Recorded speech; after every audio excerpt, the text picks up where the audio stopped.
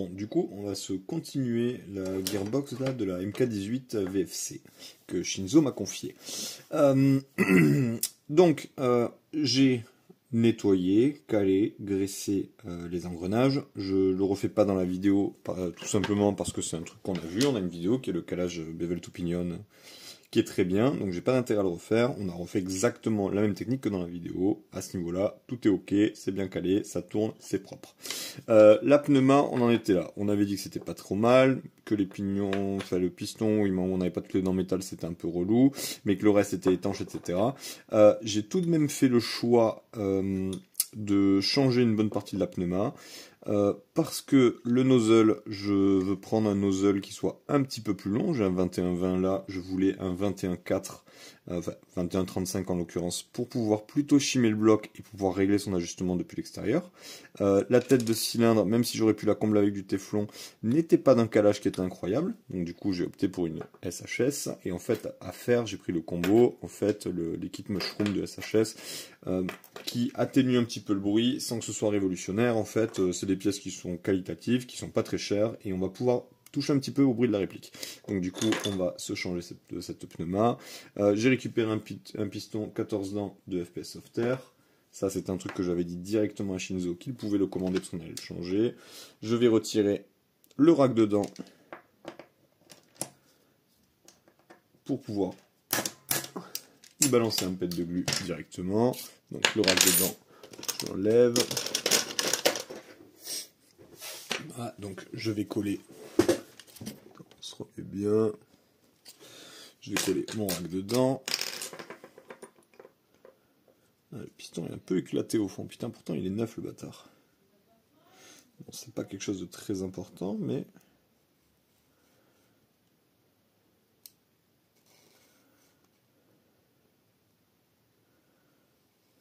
Hop, petite rangée de glu.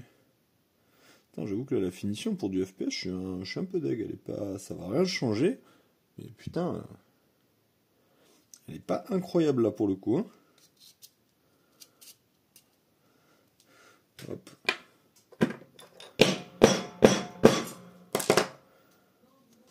Voilà, mon piston, il va se coller. On va mettre ensemble mon cylindre. Le cylindre, je le garde.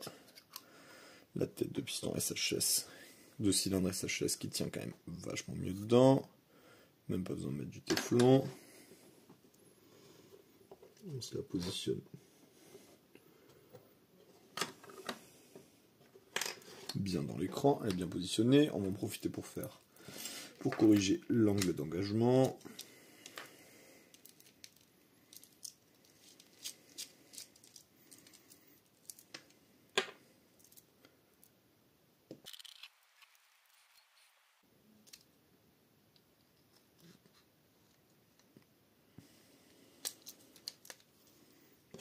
Voilà, je pense que c'est bon. Je pense que je peux start avec 2 directs.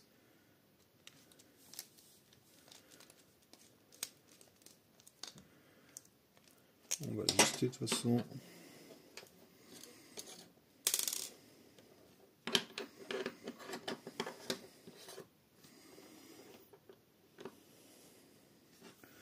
Avec 2, je suis pas mal. J'ai rien qui bloque. Bon, comme on le voit, avec mes 2 cales, j'ai un angle d'engagement qui est bon. Petit détail, j'ai short stroke une dent sur les 16 ans d'origine, que j'ai conservé parce qu'ils étaient de bonne qualité. Pour le projet qu'on a, du 16 ans, ça sera très bien, ça sera très fiable. Donc comme on peut le voir, je décroche une dent avant la fin du piston, donc je décroche là, ce qui est très bien. Ça permet toujours de sécuriser un petit peu une fois qu'on a fait son AOE. Ok, on va vérifier l'étanchéité avec le nouveau nozzle, etc.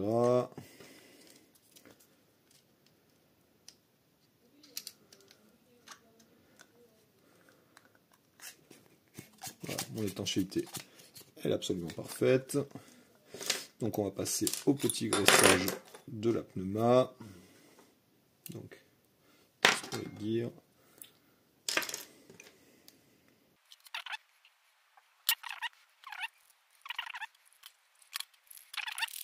Ok, donc ma pneuma elle est bonne, mes engrenages ils sont calés. On va pouvoir se diriger vers le montage de la pneuma. Alors, je fais mon AOE. Chose qu'on fait dès qu'on finit son AOE, c'est qu'on loctite la tête de cylindre. Donc je reprends un peu de loctite sur la vis de ma tête de piston. Bon, je suis un peu en emballé.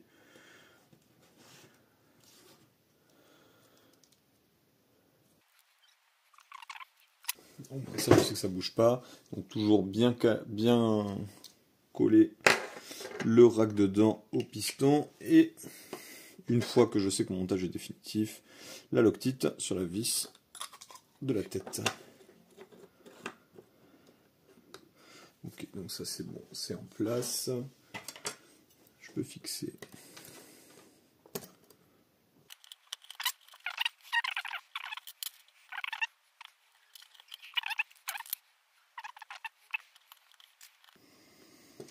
Ok, on vérifie, tout ça c'est en place, mes gears, mon calage il est fait, mon dégraissage, j'ai ma détente sur MOSFET, mes câbles n'ont pas bougé, je vois bien mon capteur optique derrière.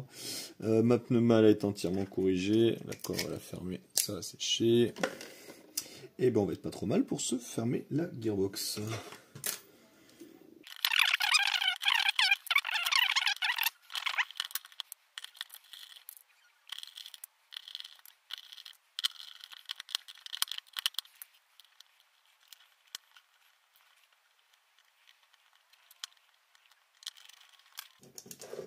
Ok, c'est fermé.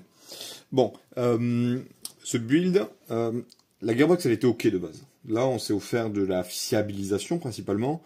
On n'était pas dans une optique de augmenter énormément la performance en fait. On voulait que la réplique soit fiable.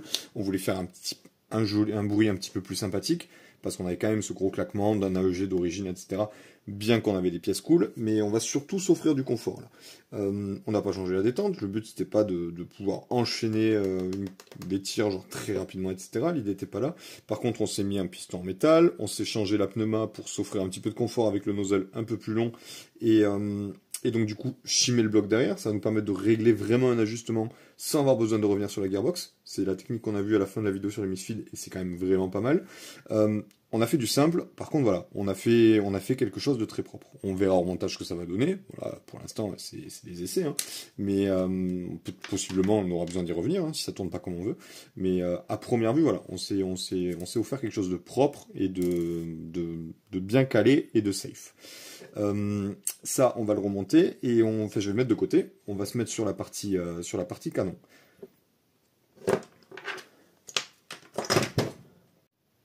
Pour la partie canon, j'ai proposé à Shinzo qu'on se fasse un truc simple et efficace. C'est que, on a l'avantage, c'est qu'en fait cette gearbox, elle vient déjà de base avec un... Enfin cette réplique, elle vient déjà de base... On va essayer de pas l'allumer. Elle vient de base avec un canon Maple Leaf et un joint Maple Leaf. Bon, le joint Maple Leaf dedans, c'est un Super Macro en 50, voilà. Moi c'est pas quelque chose qui m'emballe spécialement. Donc ça, on va se le tège. Et on va passer sur un MR. Donc ça, on va essayer de se l'enlever proprement. On sait que les petits clips comme ça peut être vraiment un peu capricieux, un peu fragile.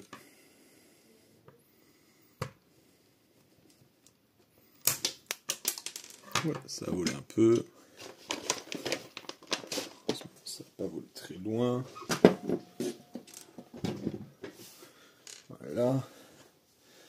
Ok, donc c'est déjà téflonné, etc. Hein, quand même.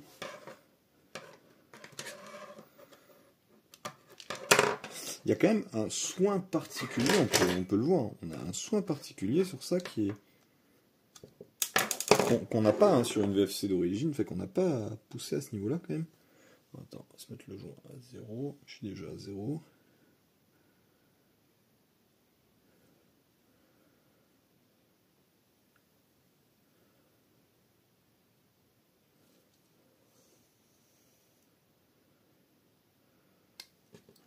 Hein?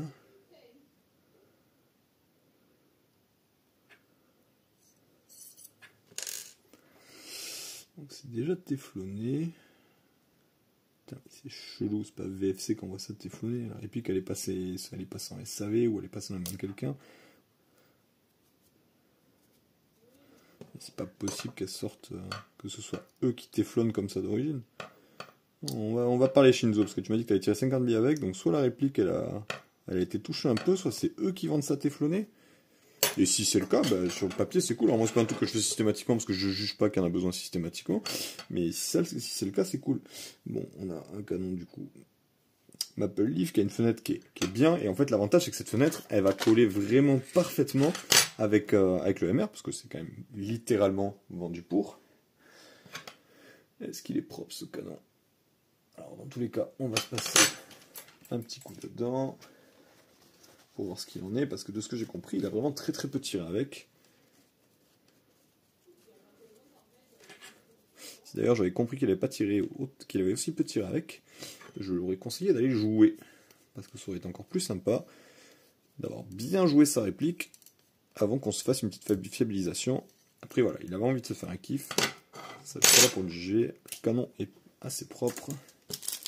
Donc on va s'installer ce fameux MR.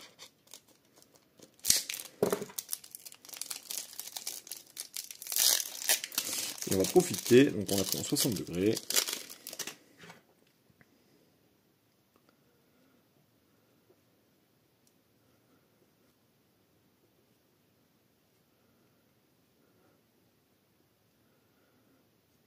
Un joint, toujours bien attention à bien le positionner, que la rainure soit bien dedans. Là par exemple je suis pas tout à fait droit. Un joint, on n'hésite pas à bien le masser, à bien le former. Ouais, et on le voit vraiment du coup en fait comme on a un canon Maple Leaf, on a la chance d'avoir vraiment un joint. On a vraiment l'appui qui est vraiment parfaitement adapté à la fenêtre. Et ça c'est quand même bien sympa. Donc on installe bien le joint, on va vérifier, non il va tomber parfaitement dedans. Sans trop forcer. Voilà, il est bien et ça suffira largement à être étanche. Alors cette patte d'appui, on va se l'enlever. Dedans j'ai un hub Oméga, c'est un peu gras tout ça. Il est gras dans le bloc, moi j'aime jamais trop ça. J'ai toujours peur que ça aille dans mes billes moi.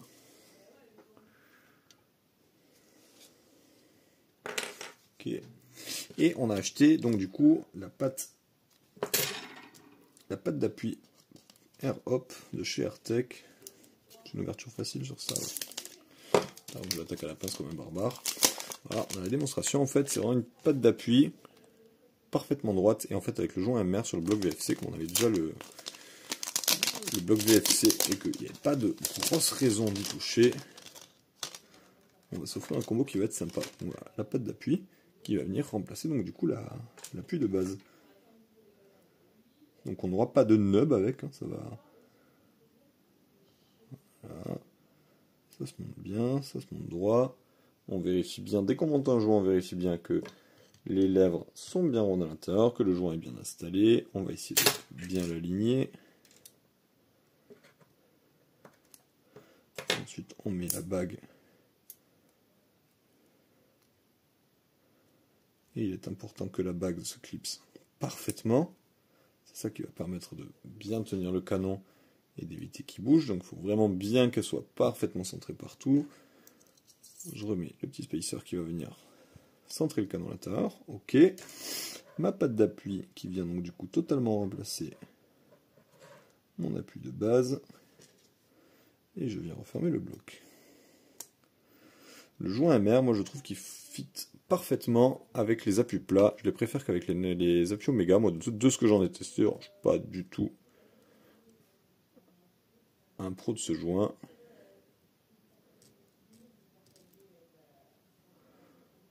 Et je n'ai pas assez d'appui.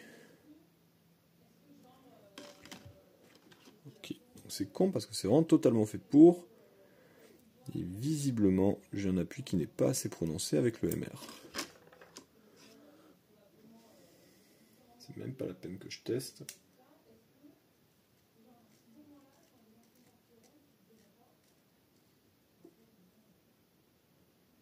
Pourtant, le joint est bien centré, etc. Ça ne marche pas. Et bien, on va devoir changer notre fusil d'épaule. L'appui à droite, on va se l'oublier.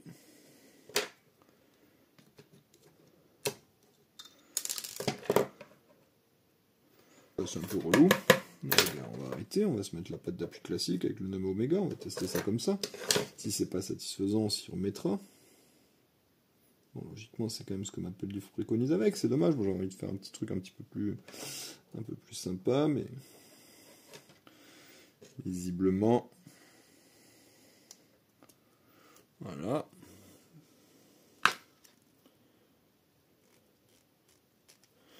Je vérifie mon truc, je le vérifie hors caméra parce que sinon je vois que dalle. C'est bien que vous voyez les choses, mais il faut que je vois un peu ce que je fais aussi.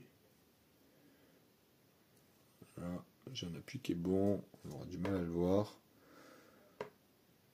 Je commence à avoir un appui qui est correct. Ok, donc la partie canon c'est bon. On a la gearbox, on a le canon, et bien je vais remonter tout ça et on va voir ce que ça donne. Bon, la réplique a été passée au chrony. Je vais mettre le chrony en bas, ça tourne nickel, honnêtement la régularité elle est bien. Je vais finir de caler ça avec des shims au niveau du bloc, je pense que je peux gratter encore un petit peu, mais honnêtement un truc très propre. C'est jamais très représentatif sur une vidéo au niveau du bruit, mais franchement on a un truc qui est quand même vachement bien.